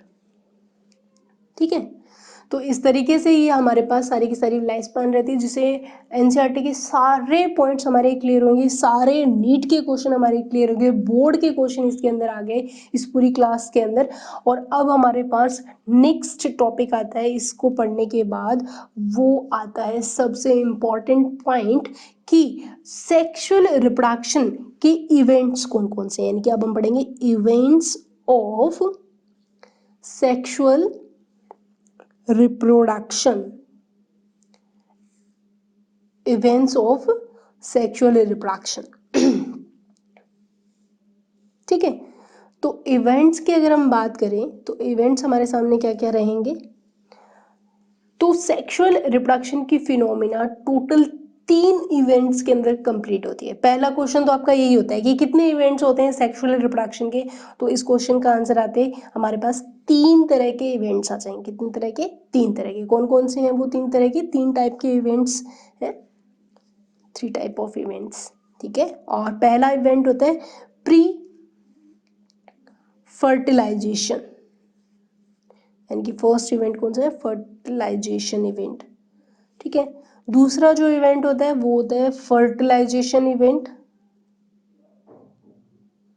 ठीक है, और जो थर्ड इवेंट रहता है हमारे पास वो रहता है पोस्ट फर्टिलाइजेशन इवेंट। तीनों के तीनों इवेंट्स की सीक्वेंस और उनके नाम इसी तरीके से आएगा, पहला प्री फर्टिलाइजेशन, दूसरा फर्टिलाइजेशन, तीसरा पोस्ट फर्टिलाइजेशन इवेंट। इन इवेंट्स के अंदर हम कौन कौन से फिनोमिनास पढ़ेंगे, तो पहला जो हमारे पास यहाँ पे फिनोमिना रहेगी प्री फर्टिलाइजेशन की वो ये है गैमेटोजेनेसिस। पहला जो हम पढ़ेंगे वो आती है गैमेटोजेनेसिस। गैमेटोजेनेसिस का मतलब होता है गैमीट का फॉर्मेशन। जेनेसिस वर्ड आते ही फॉर्मेशन वर्ड अपने आप ही आ जाता है। ठीक है, तो गैमेटोजेनेसिस का मतलब होता है गैमीट फॉर्मेशन। और दूसरा जो हमारे पास फिनोमिना होता है वो उन गैमीट्स का ट्रांसफर। ठीक है, तो गैमेट को बनाना और उनको ट्रांसफर करना हम किस में पढ़ते हैं, प्री फर्टिलाइजेशन इवेंट्स होते हैं ये दोनों के दोनों। फर्टिलाइजेशन के अंदर हमें क्या देखने को मिलती है, सिनगेमी देखने को मिलती है, यानी कि जो गैमीट्स हैं इनका क्या होता है, फ्यूजन होता है, फ्यूजन ऑफ गैमीट्स। ठीक है, अब ये जो फ्यूजन ऑफ गैमीट्स होगा जिससे हम to form a diploid zygote. ठीक है, तो हम यहाँ पे क्या दिखाते हैं, बेसिकली फ्यूजन दिखाते हैं गैमेट्स का। और अब जो ये फ्यूजन है, यानी कि ये जो सिनगेमी होती है, ये बॉडी के बाहर भी हो सकती है और बॉडी के अंदर भी हो सकती है। अगर बॉडी के बाहर हो रही है तो ऐसी कंडीशन में ये हम वर्ड यूज करते हैं एक्सटर्नल फर्टिलाइजेशन, और अगर अंदर हो रही है तो हम यूज करेंगे इंटरनल फर्टिलाइजेशन। ठीक है, तो ये होगी एक्सटर्नल फर्टिलाइजेशन और एक क्या हो गया, इंटरनल फर्टिलाइजेशन। एक्सटर्नल फर्टिलाइजेशन का मतलब है दोनों गैमेट्स फ्यूजन हो रहे हैं वो बॉडी के बाहर, और इंटरनल में बॉडी के अंदर हो रहे हैं। ठीक है, दोनों गैमेट्स जब फ्यूज होते हैं तो पोस्ट फर्टिलाइजेशन इवेंट स्टार्ट हो जाते हैं फर्टिलाइजेशन के बाद, जिसमें पहला तो क्या होगा, दोनों के फ्यूजन के बाद में जो रिजल्ट बनता है क्या, जाइगोट। तो पोस्ट फर्टिलाइजेशन इवेंट में आएगा जाइगोट फॉर्मेशन फ्यूजन के बाद में। और जो दूसरा हमारे पास पोस्ट फर्टिलाइजेशन इवेंट रहता है वो होता है एम्ब्रियोजेनेसिस। जेनेसिस का मतलब होता है फॉर्मेशन, किसका फॉर्मेशन, एम्ब्रियो का फॉर्मेशन। तो हम यहाँ पे क्या देखते हैं, एम्ब्रियो का फॉर्मेशन। तो ये सारे के सारे इवेंट्स के बारे में हम स्टडी करेंगे और इनको एनालाइज करेंगे कि ये किस तरीके से आपके लिए इम्पॉर्टेंट है। ठीक है, हर एक टर्म, हर एक स्टेटमेंट बोर्ड और नीट दोनों के लिए इम्पोर्टेंट है बच्चों। तो और दोनों एग्जाम आपके लिए बहुत इंपॉर्टेंट है। तो एक एक स्टेटमेंट आपको यहाँ पे सुनना है, समझना है, एनसीईआरटी से पढ़ के अपने अकॉर्डिंग नोट्स को भी बनाना है। इतना काम अगर आप टाइम से कर लोगे तो अनडाउटेडली आप इजीली एग्जाम को क्रैक कर पाओगे। तो एम्ब्रियोजेनेसिस में मैंने लिख दिया यहाँ पे एम्ब्रियो फॉर्मेशन। क्लियर हो गया? सो अब हम देखते हैं प्री फर्टिलाइजेशन इवेंट। और प्री फर्टिलाइजेशन इवेंट का सबसे पहला टॉपिक हम देखेंगे, और सबसे पहला टॉपिक कौन सा है, गैमेटोजेनेसिस। यानी कि फर्स्ट इवेंट हमारा कौन सा आता है, गैमेटोजेनेसिस। और गैमेटोजेनेसिस के अंदर हमें क्या देखने को मिलेगा, गैमेट का फॉर्मेशन कैसे होता है। तो पहले तो हम देखेंगे गैमेट तो फॉर्म करेंगे बाद, उससे पहले हमारे पास कुछ और क्वेश्चन रहते हैं, जैसे कि गैमेट कितने टाइप के होते हैं, ठीक है, और उनकी स्ट्रक्चर के बेसिस पे, और गैमेट उनकी सेक्सुअलिटी की बेसिस पे गैमेट्स कितने टाइप के होते हैं, और गैमेट फॉर्मेशन की जो प्रोसेस होती है उसको हम किन नाम से जानते हैं। तो ये हमारे पास इंपॉर्टेंट क्वेश्चंस रहते हैं जो हम यहाँ पे स्टडी करने वाले हैं गैमेटोजेनेसिस के अंदर। ठीक है, तो अभी हम देख रहे हैं गैमेटोजेनेसिस की फिनोमिना। ठीक है, तो अब हम स्टार्ट करते हैं यहाँ पे हमारा फर्स्ट फिनोमिना, और वो क्या है, pre fertilisation event. Pre fertilisation events. ठीक है, प्री फर्टिलाइजेशन इवेंट के अंदर हम क्या क्या देखेंगे, पहला पॉइंट देखते हैं प्री फर्टिलाइजेशन इवेंट का, और वो क्या है, गैमेटोजेनेसिस। और वो क्या है, गैमेटोजेनेसिस। गैमेटोजेनेसिस, ठीक है, पहले तो इस वर्ड को ही हम देखें तो गैमेटो का मतलब होता है गैमेट। ठीक है, गैमेटो का मतलब क्या होता है, गैमेट, और जेनेसिस का मतलब होता है फॉर्मेशन। तो हमारे पास इस वर्ड का मतलब आ गया फॉर्मेशन ऑफ गैमेट्स। ठीक है, अब गैमेटोजेनेसिस की फिनोमिना जो है वो प्लांट में अलग और एनिमल में अलग होती है, और उनके दोनों के अंदर ही गैमेटोजेनेसिस जो टर्म है वो अलग अलग से नाम से जानी जाती है। तो गैमेट्स देखते हैं, गैमेट्स की टाइप की बात करें तो दो टाइप के हमारे सामने गैमेट आते हैं। एक गैमेट होता है फीमेल गैमेट, ठीक है, और एक गैमेट होता है मेल गैमेट। ठीक, फीमेल गैमेट जो होता है वो उस गैमेट को बनाने की फिनोमिना, यानी कि फीमेल गैमेट को बनाने की जो फिनोमिना है वो प्लांट में अलग होती है और एनिमल में अलग होती है। तो फीमेल गैमेट की अगर हम पहले बात करें फॉर्मेशन की, फीमेल गैमेट फॉर्मेशन हम पहले किस में देखते हैं, प्लांट में देखते हैं। तो प्लांट में फीमेल गैमेट बनाने की फिनोमिना को किस नाम से जाना जाता है, उस फिनोमिना को बोलते हैं मेगास्पोरोजेनेसिस। क्या बोला जाता है, mega sporogenesis. That is very important term, और इसको हम नेक्स्ट चैप्टर में डिटेल में बिल्कुल डायग्राम के साथ इसको क्लियर करने वाले हैं नेक्स्ट चैप्टर में।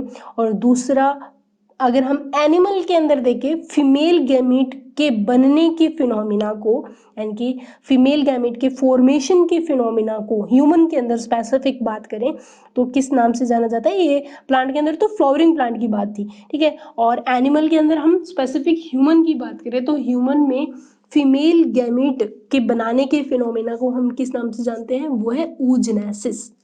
oogenesis, एग का फॉर्मेशन होता है और उस फिनोमिना को बोलते हैं oogenesis।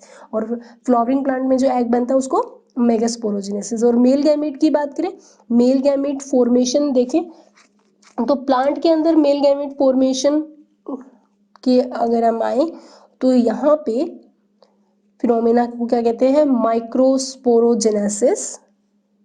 ठीक है, और ह्यूमन के अंदर बात करें यानी कि एनिमल में अगर देखें तो एनिमल में मेल गैमेट को बनाने की फिनोमिना का स्पर्मेटोजेनेसिस बोला जाता है, स्पर्म का फॉर्मेशन होता है। तो ह्यूमन के अंदर ये स्पर्मेटोजेनेसिस के नाम से जानी जाती है। क्लियर हो गया? ये तो थी गैमीट बनाने की फिनोमिना के नाम, माइक्रोस्पोरोजेनेसिस, मेगास्पोरोजेनेसिस तो प्लांट के रिस्पेक्ट में, oogenesis और स्पर्मेटोजेनेसिस। ठीक है, ये दोनों किसके पर्सपेक्टिव में आ जाएगा? एनिमल यानी कि ह्यूमन के रिस्पेक्ट में आ जाएंगे। ठीक है, अब हम देखते हैं जो गैमेट्स हैं इनके टाइप्स की बात करते हैं। ये तो उनकी सेक्सुअलिटी की पे थी कि मेल गैमेट है या फीमेल गैमेट है। अब हम देखते हैं जो फीमेल गैमेट जो होते हैं हमेशा, मतलब गैमेट्स हमेशा क्या होते हैं? हैप्लॉइड सेल होती है। ठीक है, अब जो ये हैप्लॉइड सेल है ये कितने टाइप की या किस तरीके की या स्ट्रक्चर वाइज और साइज वाइज ये हमें कैसे देखने को मिलती है? तो यानी कि हम उसकी स्ट्रक्चर के बेसिस पे जो ये हैप्लॉइड सेल यानी गैमीट जो होती है इसके हम टाइप की बात करें तो इसको आपकी एनसीईआरटी ने एक डायग्राम के थ्रू दिखा रखा है। ठीक है, तो हम उसी के बारे में डिस्कशन करने वाले हैं कि वो हमें किस तरीके से देखने को मिलेगा वो डायग्राम। तो गैमीट जो है वो स्ट्रक्चर के बेसिस पे यानी कि gamete on the basis of type of gamete on the basis of structure, तो हमारे पास 3 तरह के गैमेट्स आते हैं। कितने तरह के गैमेट्स आएंगे बच्चों? 3 तरह के। कौन कौन से गैमेट है फटाफट देखते हैं। जो पहला जो गैमेट रहता है हमारे पास, फर्स्ट जो टाइप रहता है गैमेट का वो क्या है? अगर हम देखें तो वो रहता है आइसोगैमेट, यानी कि मतलब 3 तरह के रहते हैं और आइसोगैमेट्स और एनाइसोगैमेट्स और एक होते हैं हेट्रोगैमेट्स। बेसिकली आपके होमोगैमेट्स और हेट्रोगैमेट्स 2 वर्ड भी यूज किया जाता है, लेकिन हम यहाँ पे अच्छे से क्लियर करने के लिए 3 टर्म हम यहाँ पे यूज कर रहे हैं। तो वो 3 टर्म कौन कौन सी है वो देखते हैं। तो जो हमारे पास पहला जो केस रहेगा वो हमें किस तरीके से देखने को मिलता है? आइसोगैमेट। ठीक है, पहला जो है वो है आइसोगैमेट, दूसरा है एनाइसोगैमेट और जो तीसरा है वो है हेट्रोगैमेट। ठीक है, थर्ड जो रहता है वो क्या है? हेट्रोगैमेट। क्लियर हो गया? तो ये है हमारे 3 के 3 गैमेट, आइसोगैमेट, एनाइसो और हेट्रोगैमेट्स। ठीक, तो अब इन गैमेट्स की स्ट्रक्चर हम देखते हैं, इस प्रकार से है। ठीक है, तो ये जो डायग्राम है आपके एनसीईआरटी से लिया हुआ है और एनसीईआरटी के अंदर ये डायग्राम आपके दिया हुआ है। तो ये डायग्राम बहुत इंपॉर्टेंट है जिसके अंदर ए, बी और सी 3 डायग्राम्स आपके सामने शो किए गए हैं। ठीक है, तो अब इनके अंदर देखिए सबसे पहले जो हमें डायग्राम दिख रहा है वो है आइसोगैमेट्स। आइसो का मतलब होता है सेम या सिमिलर या एक जैसे।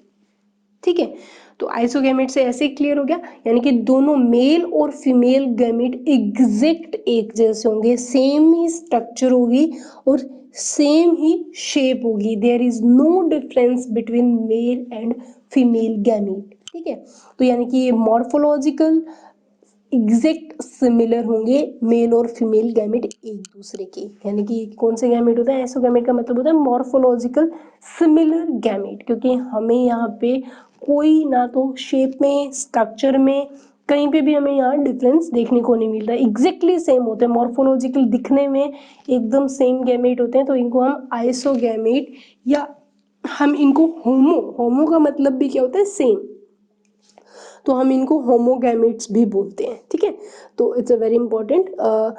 अब अगर हम इनके अंदर देखें कि एग्जाम्पल की बात करें तो ये गैमेट्स हमें एल्गा के अंदर मोस्टली तो हमें एल्गा में ही देखने को मिलते हैं। एल्गा कौन सी? जैसे कि आपके एनसीईआरटी में भी दिया हुआ है क्लेडोफोरा। ठीक है, ये एक एल्गा है। ठीक है, इसके जो गैमेट्स होते हैं वो होमोगैमेट्स होते हैं, यानी कि आइसोगैमेट्स होते हैं। इसके अलावा एक और एग्जाम्पल दिया है क्लेमाइडोमोनास। क्लेमाइडोमोनास के अलग अलग वेराइटी रहती है जिसके अंदर कुछ में तो आइसो और कुछ में अनाइसो रहते हैं। तो क्लेमाइडोमोनास में यहाँ पे जो बता रही हूँ वो आइसोगैमेट्स के अंदर आएगा। ठीक है, तो यहाँ पे ये जो एल्गी रहती है ये यहाँ पे मोस्ट ऑफ केस में यही एग्जाम्पल रहते हैं। ठीक है, तो एक चीज आप क्लियर कर लो यहाँ पे, तो ये जो गैमेट्स होते हैं वो कहते हैं मॉर्फोलॉजिकल सिमिलर होते हैं। एल्गा इसका मोस्ट ऑफ केस में एग्जाम्पल रहता है। ठीक है, तो यहाँ पे स्ट्रक्चर और जो इनका शेप क्या होता है? सेम होता है। ठीक है, तो यानी कि आइसोगैमेट्स जो होते हैं और इनके फ्यूजन को हम क्या बोलते हैं, आइसोगेमी बोला जाता है। आइसोगेमी क्या होता है, फ्यूजन ऑफ आइसोगेमीट्स या फिर मॉर्फोलॉजिकल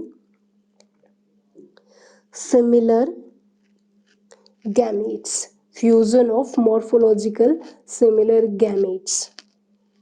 ठीक, तो इस फिनोमेना को हम आइसोगेमी बोलते हैं। ठीक है, आइसोगेमेट्स के अंदर मैंने पहले भी बता दिया कि जो स्ट्रक्चर रहेगी, ठीक, और जो स्ट्रक्चर और साइज दोनों ही क्या रहते हैं, सेम रहते हैं। ठीक, there is no difference between male and female gamete.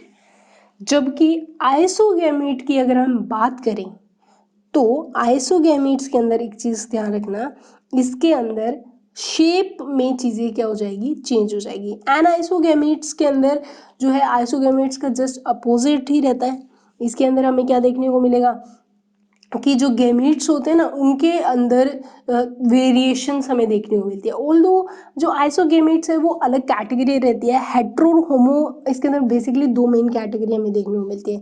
ठीक है, तो आइसोगैमीट्स के अंदर हमें क्या देखने को मिलता है कि यहाँ जो ऑर्गेनिज्म होते हैं उनके अंदर स्ट्रक्चर तो क्या रहती है, सेम रहती है। ठीक है, लेकिन जो साइज जो है, बट साइज जो है यहाँ पे क्या होता है, वेरी करता है। यानी कि साइज वाइज ये क्या होते हैं, सेम नहीं होते, डिफरेंट होता है इनका साइज। एक का साइज बड़ा और एक का साइज छोटा हो सकता है, लेकिन दोनों की स्ट्रक्चर हमें एग्जैक्टली सेम देखने को मिलती है।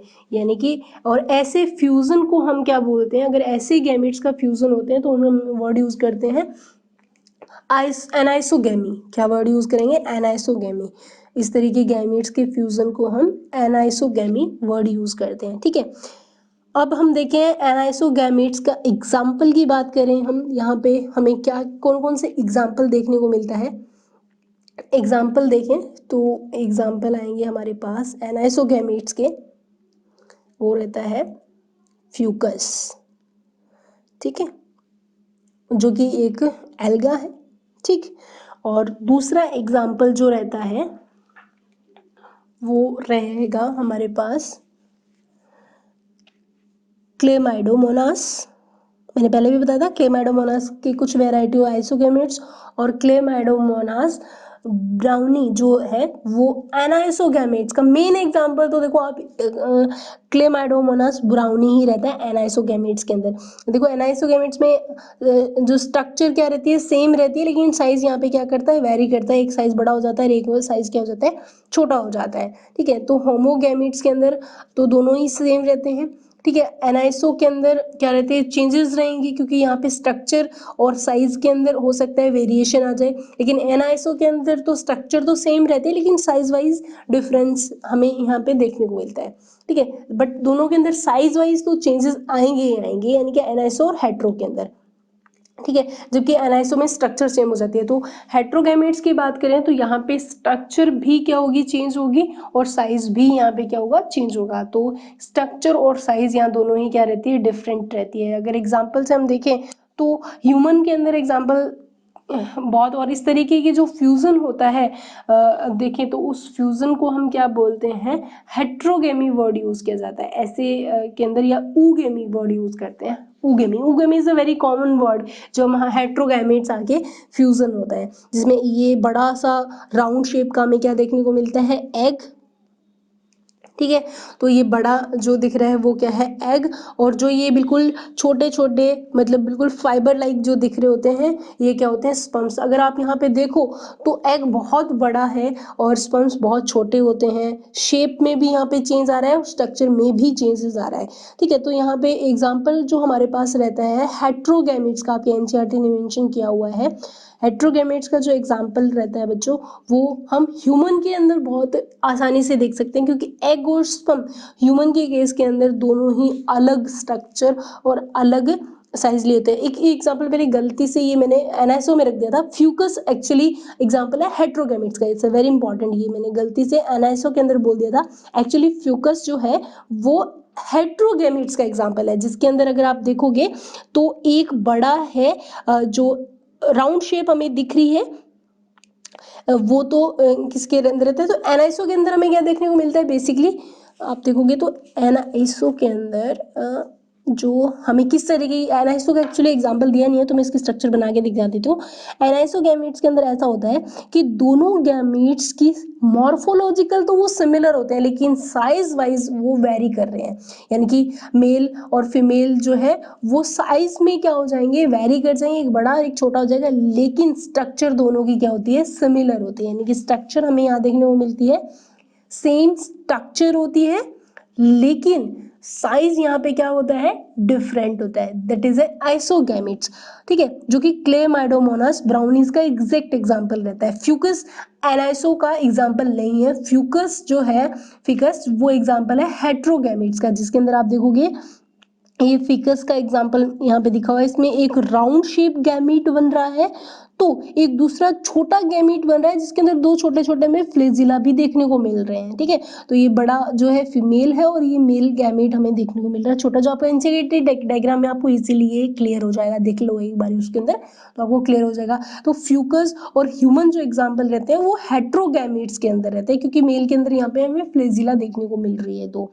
ठीक है, तो ये दोनों एग्जाम्पल जो है वो किसके हैं, ह्यूमन एग्जाम्पल रहेगा हेट्रोगैमेट्स का, और फ्यूकस भी एग्जाम्पल किसका रहता है, हेट्रोगैमेट्स का रहता है। That is a very important चीज, जो ये बाय मिस्टेक पहले मैंने एनआईएसओ के अंदर बोल दिया था।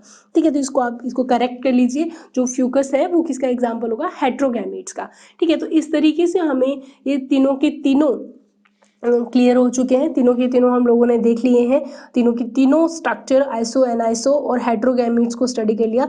तो मोस्ट ऑफ केस के अंदर जो एनिमल्स होते हैं वो उनके अंदर अगर हम देखें तो गैमीट्स जो रहते हैं वो वेरी करते रहते हैं, यानी कि हेट्रोगैमीट्स ही हमें देखने को मिलते हैं। ठीक है, तो जो मोस्ट ऑफ एनिमल्स के अंदर जिसकी वॉल्वॉक्स भी अगर एग्जांपल हो वो भी किस में आ जाएगा, हेट्रोगैमीट्स के अंदर ही आ जाएगा। वॉल्वॉक्स हो गया, फिकस हो गया, ह्यूमन हो गए, तो ये सारे के सारे एग्जाम्पल किसके अंदर आते हैं, हेट्रोगैमीट्स के अंदर आते हैं। ठीक है, तो ये जो एग्जाम्पल, तो ये थे हमारे स्ट्रक्चर के बेसिस पे तीन टाइप के गैमीट्स, आइसो एनाइसो और हेट्रोगैमीट्स। हमने गैमीट की बनाने की फिनोमिना भी देख ली, गैमीट्स के टाइप्स भी हम लोगों ने देख लिए। तो अब हम यहाँ एक चीज़ मेंशन करते हैं और वो ये कि जो गैमीट्स होते हैं, यानी कि जो गैमीट्स हैं वो हमारे पास दो टाइप के हो गए, यानी कि एक तो होमोगैमीट्स हो गए और दूसरे कौन से आ गए, हेट्रोगैमीट्स। होमोगैमीट्स तो वो होंगे जो उनके स्ट्रक्चर वाइज, उनके शेप वाइज दोनों सेम होंगे, आइसोगैमीट्स का एग्जांपल रहेगा। एनाइसो और हेट्रोगैमीट्स हम हेट्रोगैम के अंदर ही रखते हैं, उगेमस जो बोल सकते हो। ठीक है, तो यहाँ पे ये हमारे पास आ गया गैमीट्स के फॉर्म। ओवरऑल हमने गैमीट्स के बनने की जो फिनोमिना होती है, जिसके अंदर प्लांट के अंदर हमने कौन कौन सी देखी थी, दोनों देखी थी, और एनिमल के अंदर होमो और हेट्रो दोनों देख रहे हैं। ठीक है, तो गैमीट्स के बनना और प्लस गैमीट्स के टाइप हम लोगों ने दोनों डिस्कशन कर लिए हैं यहाँ पे। ठीक, तो ये टाइप थे। प्री फर्टिलाइजेशन इवेंट की बात करें तो हमने गैमेटोजेनेसिस जो इवेंट था वो कंप्लीट कर लिया है। ठीक है, नेक्स्ट क्लास में हम देखेंगे गैमीट बनने के बाद में वो ट्रांसफर कैसे होते हैं, देन उनके अंदर आगे फर्टिलाइजेशन की फिनोमिना कैसे होती है।